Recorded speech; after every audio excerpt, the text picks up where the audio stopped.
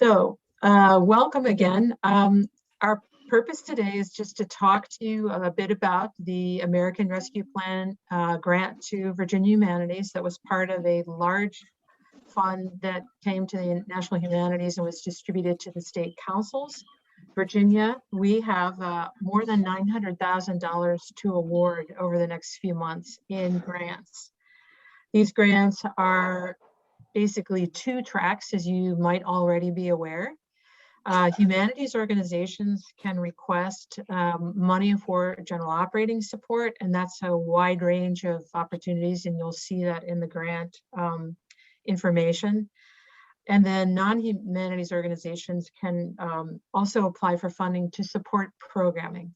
So if you're an arts organization or an organization that hasn't typically qualified for grants through us, this is your opportunity to support programming that is humanities related.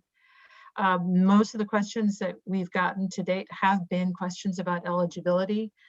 I know that some of you may still have questions after this session is over, and if you do, please feel free to email me directly and we can talk about your eligibility issues or questions. And always I would recommend, if you have any doubts, just to go ahead and apply. The application is simpler, less work than our normal application, and it's really streamlined to respond to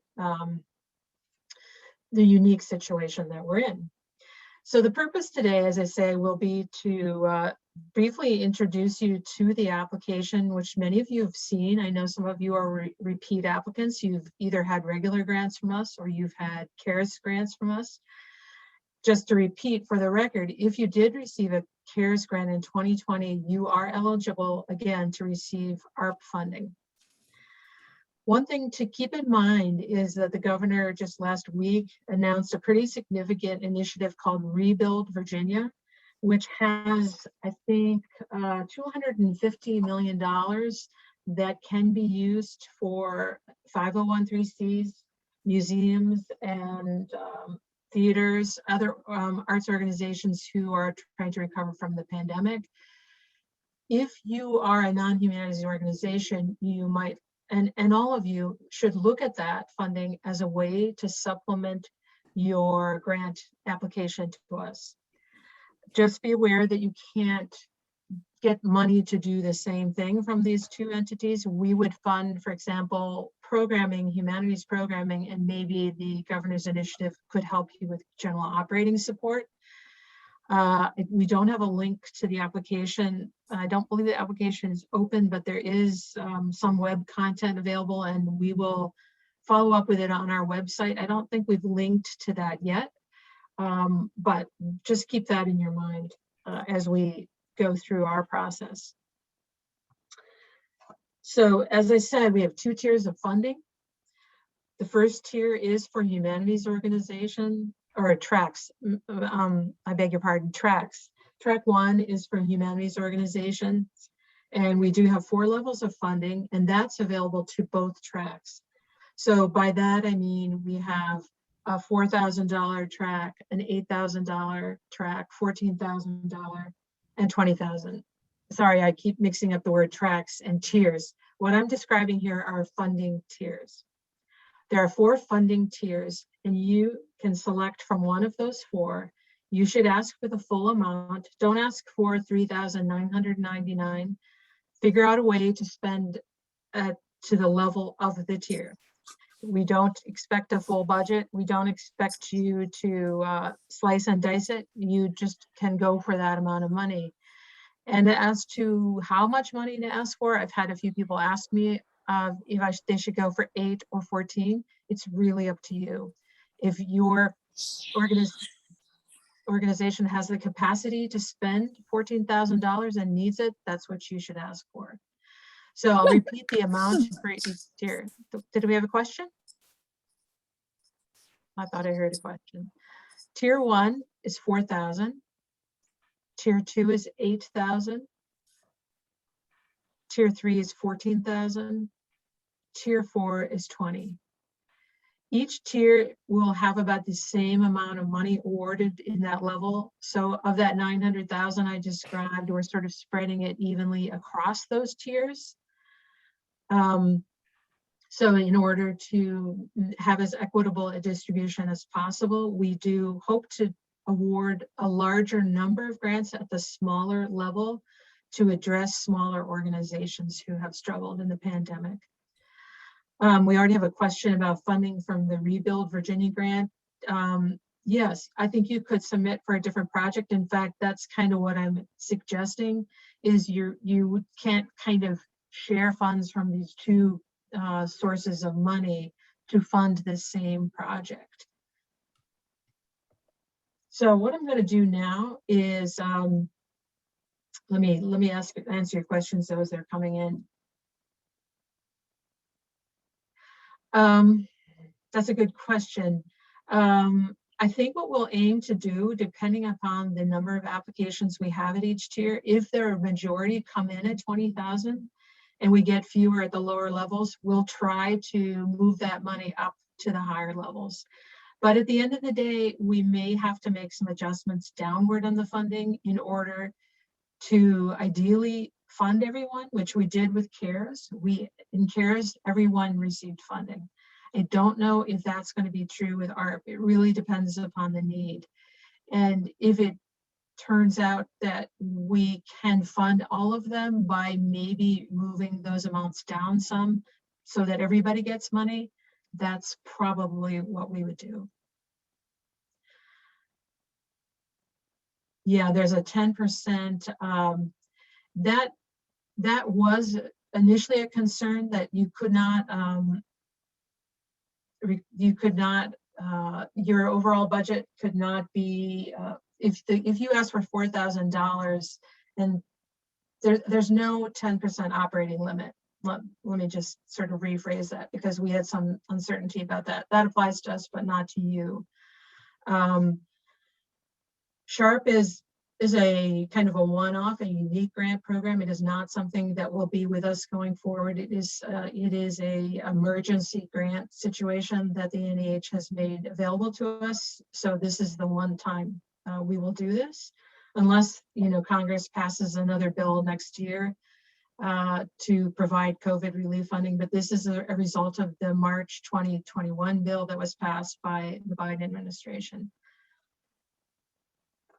All right, I'm going to get started. I'm going to share my screen and I'm going to log into the system that we use called Foundit. You will find links to that system on the website when you begin the application. Just be aware that in order to apply, you do have to create an account in the system. You have to have your email has to be associated with that account. Many of you already have that, so you'll just use that existing account. There is a version of the application available on the website if you want a preview of it, and you'll get a preview of that today. I'm going to get that question from Emily here first.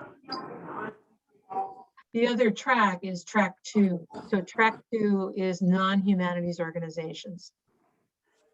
So as you get into the application, depending upon the answer of your question, how you answer the question about what kind of organization you are, if you are a non-humanities organization, track 2 will open up automatically to you. So the questions you'll be asked will be pertinent to the kind of organization you are. Sue, real quick, did you already answer the question about the 10% operating budget limit? I did, but I didn't answer very clearly, I'm afraid. I think there was confusion initially. We had that on the site, that there was a 10% operating budget limit, but that's not the case. There's no matching costs are required here. You're simply asking for the funding. There's no cost share. All right, make sure that you all have muted on your end. I'm getting a little bit of feedback on my end, and I don't know if that's the rest of you are getting that, but just that'll help everybody be able to hear better. Yes, I could do that. Actually, I don't think I can mute all right now.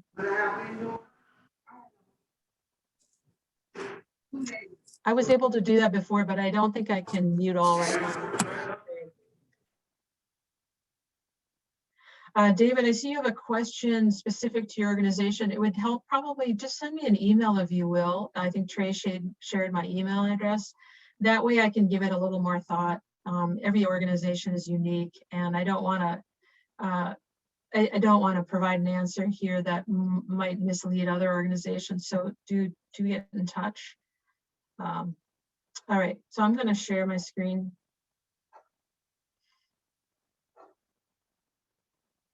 And I'm going to, so can you all see the website I'm looking at? Trey, thumbs up, thumbs in, you can see it? Okay. We're looking at Virginia Humanities website. This is our grants website.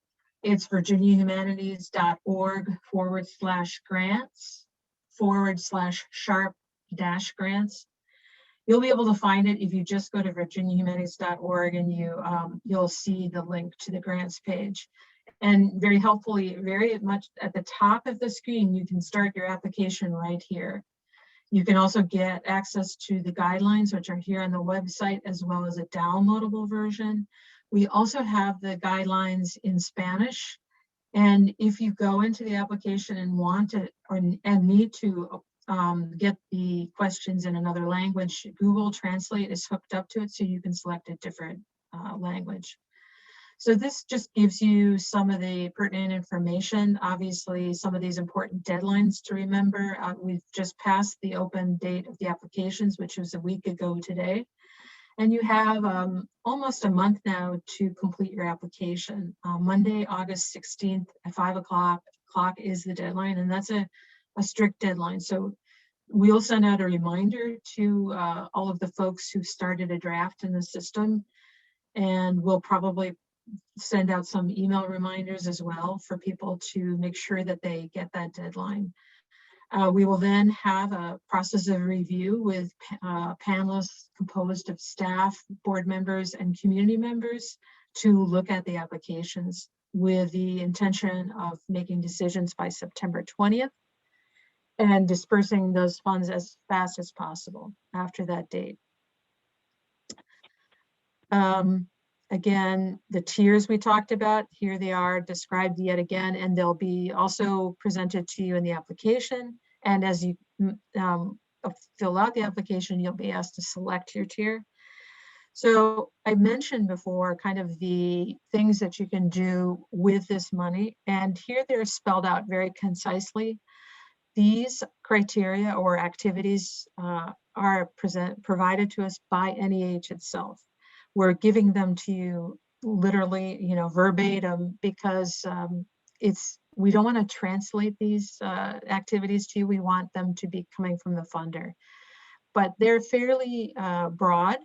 They're much broader than CARES. The CARES grant was really just a sort of a survival grant to help you keep the lights on.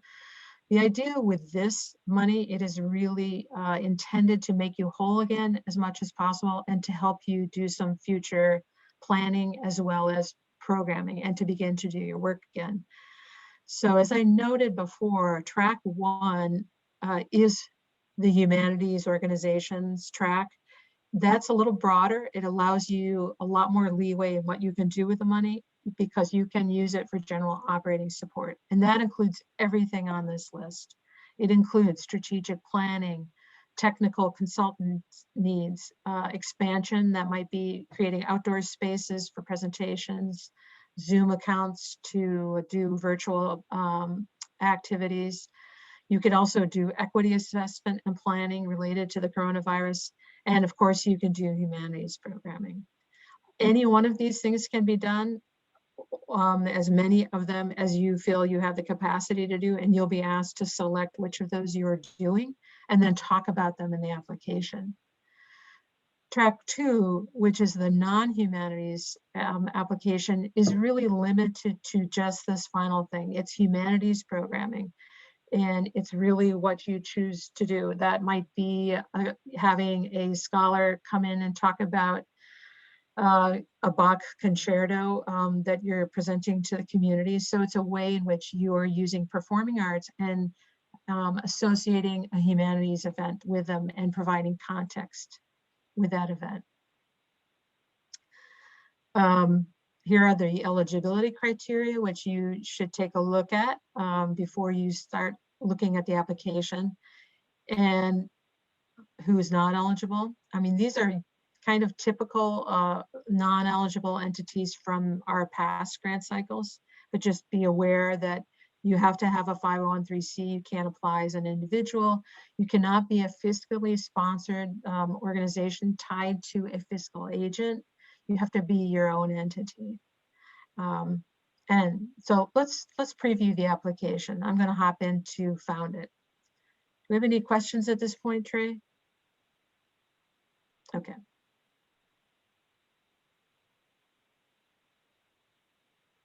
Oh, hang on. Yeah, That's the actually, application. I see one. I missed one. There's a question there about the NEA ARP grants. The NEA. NEA, I think, has already awarded its ARP funding, unfortunately. So last year when we gave money out last year, we hit the ground running before NEA, but NEH was very slow to get this money out to us. So as far as I know, NEA has already awarded. Lori McClary, who's asking the question, says that NEA has a grant deadline in August. And so her question is whether or not they can apply for SHARP grants for the humanities and NEA ARP grants at the same time. They can, but they have to be really careful that it's for separate activities, because if you get a grant to do the same thing, you're going to run into problems with the federal government, or, well, maybe these organizations. They're very explicit. They cannot support with 2 federal grants the same activity. So if you intend to go to NEA, and I apologize for that, I looked at their site and thought they were closed. If you are proposing a grant to NEA, that might be for you to support might be used for general operating support, whereas you could come to us for just the humanities program aspect of it.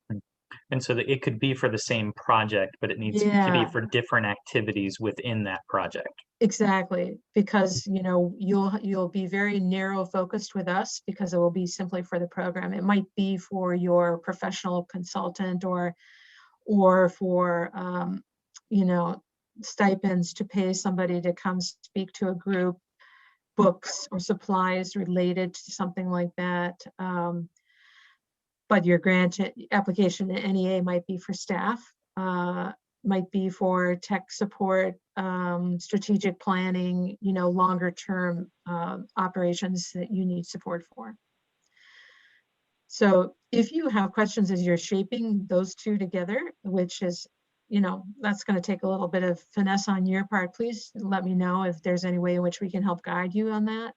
The tricky part for you will be that you won't know which way your odds will be for these two things playing out together. But as I say, our hope is to award money to everyone. It might be useful to let us know that you're applying to NEA. I think there's a question about if you've already gotten federal funding. We don't ask if you're planning on getting an NEA grant, but you could mention that. All right, so I'm going to go back to the top and start the application. That's what I intended to do. I opened up a PDF copy of the application.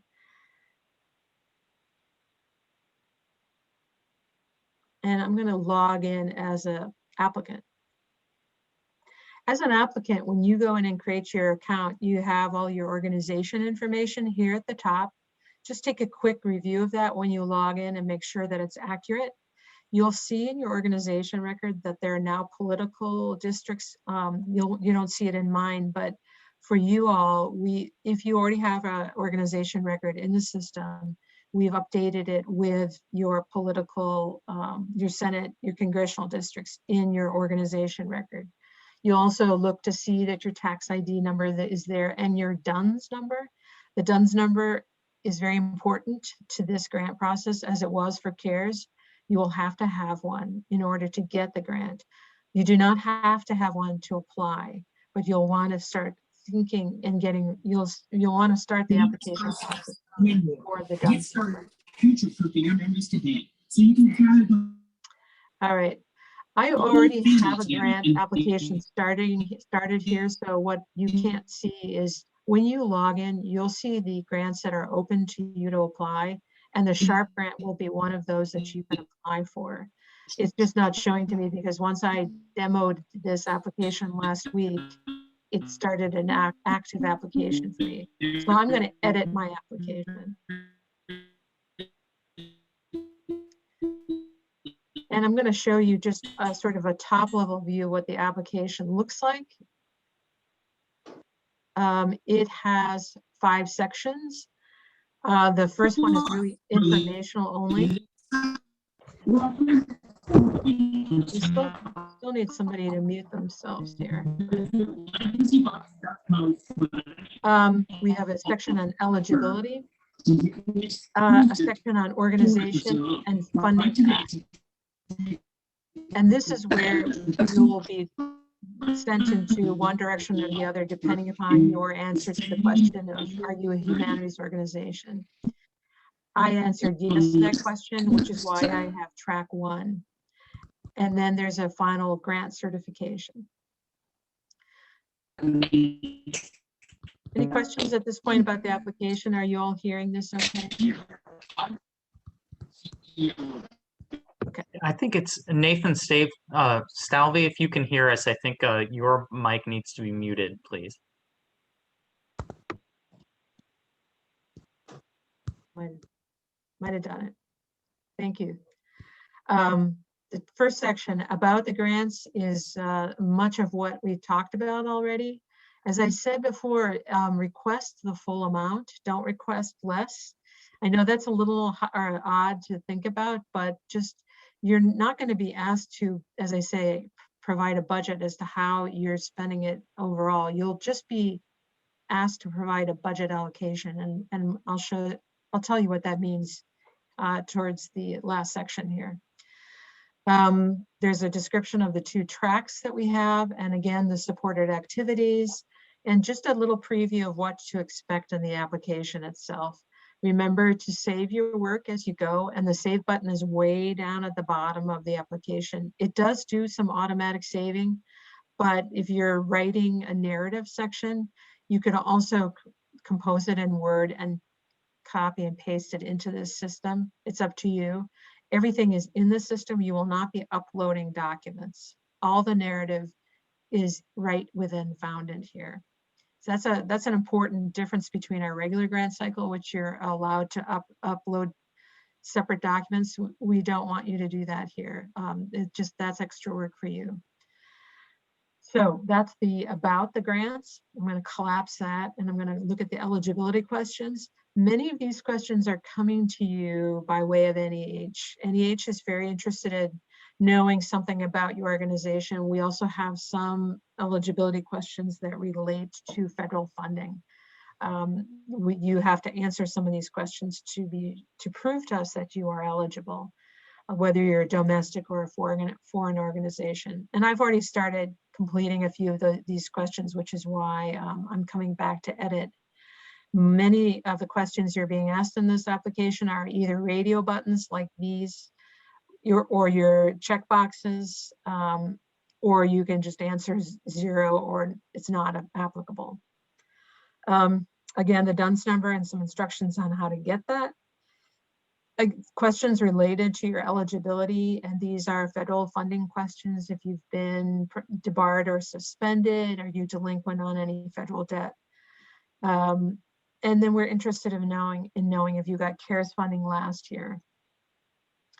A question about if you have received any federal funding, did your federal funding equal 80% or more of your annual gross revenue for last fiscal year? So it's just to determine if your federal funding kind of goes beyond a capacity, a ceiling of 80%. So the organization and funding tracks are questions related to whether you are a humanities organization or a non-humanities organization. There's a project title that you can assign to it, and we're asking everyone to give it a sort of a similar project title, and that is Sustaining the Humanities at Your Organization. So all the projects will be the same title, but your organization will be within the title. That will help us identify it more quickly. And also, I think for social media and public outreach, it will really help us sort of promote your projects. We want to know again whether your organization is humanities or non-humanities. And this question right here is kind of the key as to whether you go into track 1 or track 2. So we're getting a few questions about eligibility. Yeah. One question says they're unclear about eligibility. It says higher ed is not eligible, but we at Hollins University are a 501(c). Can you say whether or not they would be eligible? If you have a 501(c) entity within your institution of higher education, you are eligible. But not the larger universities. So many universities have nonprofit entities within them, and yes, you can apply. Okay. But you would Also, have to apply as a 501(c), even though you probably have the same tax ID and DUNS number, I'm thinking. But yes. okay. And there are a couple of questions there. I think you can see them about PPP funds. Yeah. So do we count PPP funds among our received federal funding last year?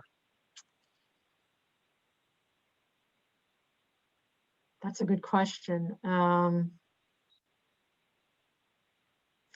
I would think yes, but that's a question we probably want to get a confirmation from a higher source, if you will, because that might apply to some of you. That might have been your sole source of funding last year, and that would disqualify you for this funding, which doesn't seem right to me. So on the face of it, I would say that it shouldn't disqualify you, but I want to double check that.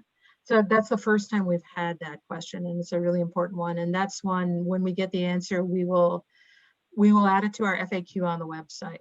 Yeah, I've made a note of that one. Thanks, Trey. And it looks like we've got a couple more just coming in here. Okay. Let's see. Can you give a primer on what makes something a humanities organization? Yeah. Specifically looking for some examples. Yeah, and on the website, we've linked to NEH's description of humanities. It is a pretty regular question that we have, and I probably wouldn't be able to give you a very coherent answer right now. I think I would say go back to the main website and go to the link. I think, Trey, you actually linked to NEH's definition. Yeah, and the question is from Lindsay, and she mentions that they're a human services organization, which would probably be pretty different from humanities work, although a human services organization might be doing something. If you're doing something related to, literacy projects or anything like that, it could potentially be a humanities activity. Right, that's right. Again, I would say send me an email, and if you've got a few thoughts about what activity you might do that's humanities related, we can take a look. And I think Emily, hopefully that also answers your question. You mentioned that you do some music therapy and working with some arts focused partners, even though you're primarily a mental health counseling agency. So it sounds like potentially some of those activities could be covered. Yeah. But follow up with Sue, after the fact if you've got specific questions about particular activities. Right. It may be that you're thinking about doing something you've never done before. That is a way to do community outreach with programming. Like I say, consult the website. What we could probably do is, I don't know that we want to provide examples like theoretical projects or something like that. It's probably more like a conversation that you have with us one-on-one by email. So eligibility is probably the trickiest situation in some ways for us right now, because this is so broadly defined. In our normal grants process, we're probably a little stricter about what a humanities organization is. We don't generally make it available to non-humanities organizations. So that really is opening up lots of new opportunities for organizations who haven't done that kind of programming. So we are in the organization section. Actually, I guess I am in the right spot. You have an organization mission statement that if your organization is in GuideStar, you'll be able to just look it up and pull it in from that record. Otherwise, you can copy and paste it from other applications you might have, or whatever, you know. Generally, most organizations have a mission statement kind of ready to hand. This is all stuff we normally ask for, although in the organization type, this is coming from NEH. There are about 20 some categories here. It's pretty wide ranging. They really want to know kind of who is coming here to get funding. You're able to offer two institution types if there's some overlap, or if you have multi-purpose, or if you're a museum of a particular kind. But the first field is required. The second field is required, but if it doesn't apply, you're just going to select non-applicable. Not applicable. Any field with an asterisk after it is a required field. NEH also is asking us to especially encourage and focus on organizations that serve underserved communities, which are listed here. And this is just you saying, yes, we serve one of those communities, or no, we do not. And as you can see, it's rural serving organizations. I already had a question about whether somebody was rural or not, and I'll leave that up to you to define that. There's no kind of hard and fast definition there. If you feel like you are a rural serving organization, certainly describe yourself as such. And then there is also a field for you to tell us if you serve communities of specific communities who are underserved: Latinx communities, Indigenous communities, people with disabilities, people without housing, people who are or have been incarcerated. It's a fairly long list, so do take some time to look at that and make sure you highlight that community, because that will help your application, because that is something we are particularly encouraging. You'll be asked the authorizing official as well as a fiscal officer. It's just important that you have yourself as the applicant plus a second person vouching for the application and who's responsible for the funds. And as I probably didn't explicitly state, the purpose of this money is, in the words of NEH, to recover from, respond to, and there's one other word there, I don't have it in front of me, from the impact of the coronavirus. Everything in this application is sort of designed to give you ways to tell us that how you have been impacted. Whether it's in the narrative section or right here, where we're asking you to give us a snapshot of your staff and operating expenses in 2019, then in 2020, and what you project. And there's where we can really begin to see how you've been impacted. And I've already begun to see that in the applications. Operating expenses went way down in 2020. People lost staff in 2020. If that's true for you, this is where you have an opportunity to tell us that. So we're looking at your overall operating expenses. We're looking at your employees for 2019, and then last year, and then what you anticipate in the future. If you have part-time employees, you can round up. This does not have to be a scientific count. It is a ballpark number if that's the best you can do. We realize it's kind of a blunt instrument.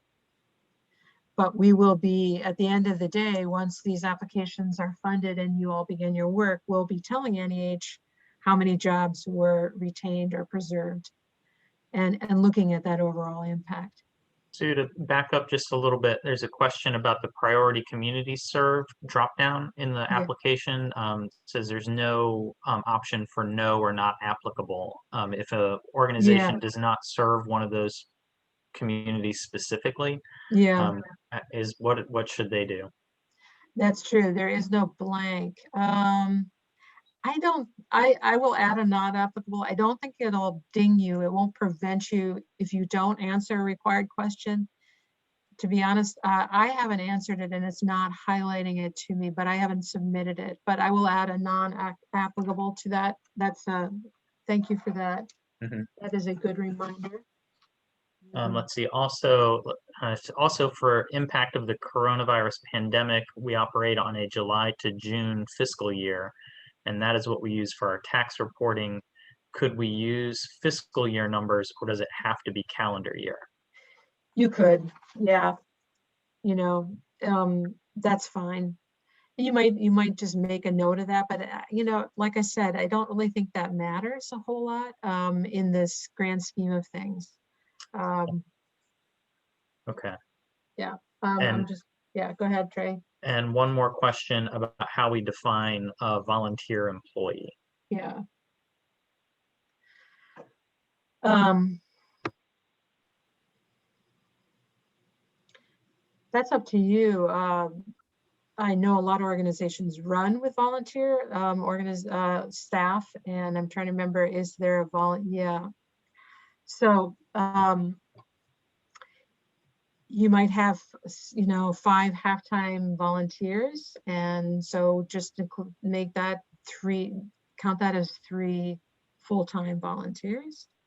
So my guess is the confusion there is the word employee, right? But we're just talking about volunteers. And yeah, because like I say, they are employees, whether they are getting paid or not, as far as you're concerned. We've also had the question from a number of organizations who use contract labor for certain projects. Consider them also a version of an employee.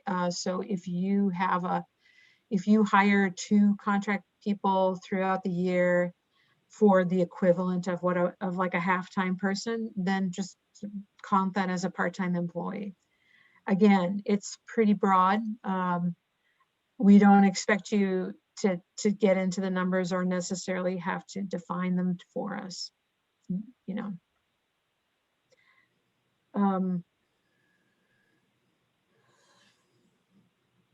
So this is a checklist, organizational needs. You can select as many of these as apply to why you need the funding, what you intend to do with the funding. I've seen applications where they've selected more than half of these things. These things might be, covering future programming costs, outreach and marketing, replacing revenue. All of this is designed to kind of get you forward looking and to see this funding as a way to do work in the future and to get you back on your feet. So I think that's partly why we're asking. It's a sort of a look ahead as to what you're going to do with the money. All right, so I'm going to look quickly at track 1, which is very similar to what you'll see in the second track. You're given kind of an overview of what you're expected to do in the application. So this is kind of the heart and soul of the application, although I would argue it's all part of it. Like the last section was also really important. This is the closest to a regular application in that you'll have a narrative statement here.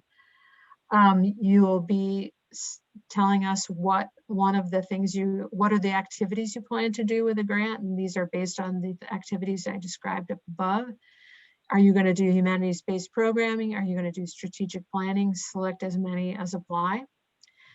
Here's a place for you to give us a brief description of the project, very short, kind of high-level overview of it. Here's where you select your funding track or funding tier. Sorry, I'll call it a tier. And this is, again, where you're talking about what that money is going to be used for. And you have the opportunity to say other if you've got something else in mind here. We're also interested in knowing how many jobs you'll be retaining and how many you'll be creating. And this might be sort of duplicating what you've already said, but this is we're just kind of isolating it here as a separate answer. And then that kind of the meat and potatoes of it is here where you're talking about your project plan. It's 2.5 pages or 1,200 words, and it should all go right here within this box. Feel free to compose it elsewhere and paste it in here, or just start drafting it in here and save it and come back. Just make sure you save it before you leave the page. We're interested in knowing how this project will impact your organization. Again, this is 1.5 pages at the most. Shorter is fine, concise is fine. We don't need a lot of text. We'll really be evaluating these applications on the basis of need and the impact of your organization and your ability to kind of state for us how you've been impacted. And so finally, the allocation. Remember I said you don't have to give a specific amount. So if you decide you want $4,000, and that's the example I'm going to give you here, and half of that is going to go to staff salaries, all you need then is to tell us that 50% is what is going to go to staff salaries. You don't have to say what the dollar amount is. We just need from you the percentages across this budget as to how you're going to spend the money. So if you wanted that 4,000 and half was for staff and half is for humanities program, then it's simply 50% in both of those categories. So don't need a percentage number there. And then 0 in all the others. So and that's it. Yeah. There's a question about when does the period of performance begin? I see that activities must be completed by November of 2022, but when does the period begin? As soon as there's no hard and fast start date, because it's really as soon as you have the money. You could potentially start work before you have the money, as soon as you get the notice of award. There will be a document that you'll be signing when the award is made that is coming from the University of Virginia, which is our home organization. That's going to add a little bit of time to it, but as soon as you have the funding, the clock can start ticking for you. The end date is really kind of a deadline provided by NEH in order for us to have final reporting from all of you, for you to be able to finish the work, for you to be able to report on it, and then us to be able to report on it to NEH. So that's why we're giving you a sort of a short time frame, but hopefully you'll be able to hit the ground running with this money and get the work going as soon as possible. But we realize that it may be challenging for the fact that you had to go through COVID and all the rest of it. So that's just the salary. The budget categories are just that. They're just the categories that you want to use to spend your money, and the distribution across that. Just so make sure that it equals 100% at the end, that your numbers in all of these categories equal 100%. If for some reason you need to say something more about, for example, if you've got something in another category, use this box here to explain your budget allocations.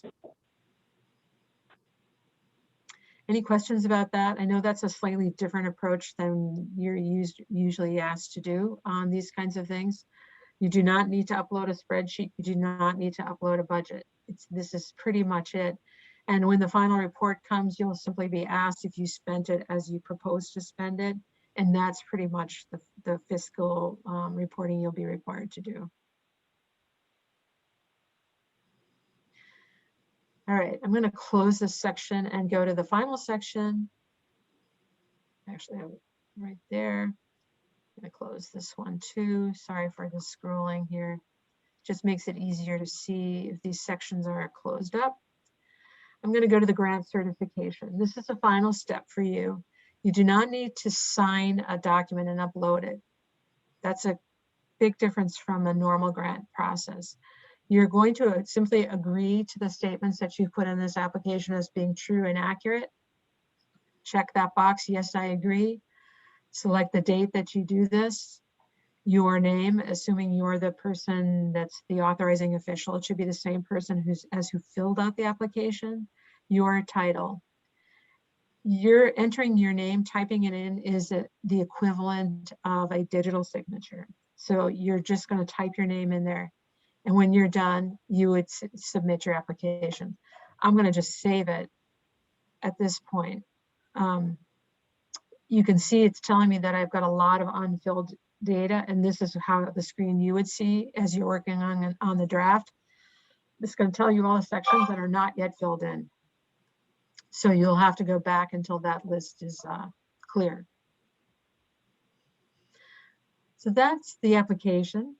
As I say, if you've already submitted applications with us before, you'll have an organization record already in the system, and you'll be able to log in and select the funding track, the SHARP funding track. Any questions at this point?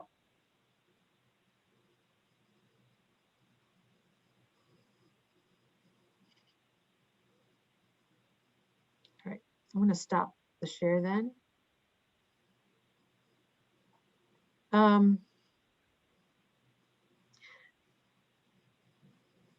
Let us know if you want any more hands-on guidance in the process, or if you have the need to do another demo. We can either do a one-on-one demo with you or repeat this with the fuller group.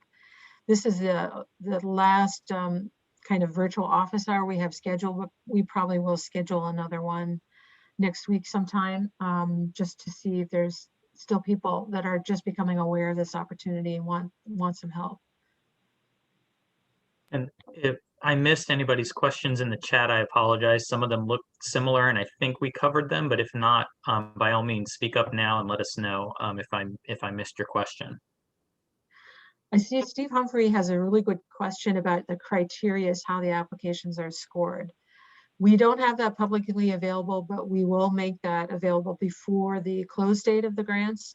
It will be based on, for example, your ability to demonstrate the need, that you have been impacted by COVID, that you have a reasonable budget allocation for the work you plan to do, that you are truly doing humanities programming, that you are serving underserved communities. That would help your application.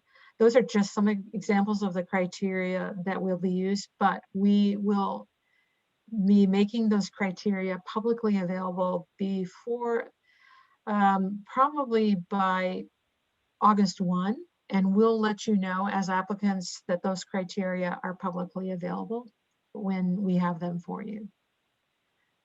Sue, did you see there's a new question here from Sabrina Jones about updating a CEO listing in Foundant? Is that something that our grant staff can help with, or do they need to contact Foundant directly? No, we can help. I can help you with Okay. that. Just let me know what your org is, and what we can do is probably deactivate that person and make sure that you can link your name and email to that organization record. So that's Sabrina. Yeah. Sabrina, send me an email if you will after we're finished here, and we'll get you set up.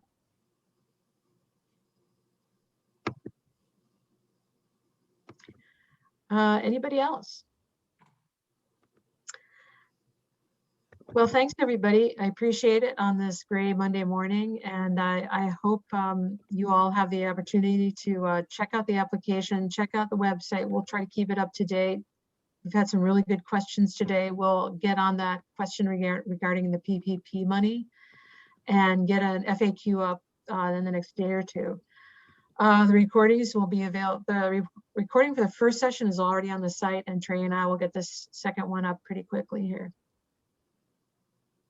Probably by noon today. Yeah.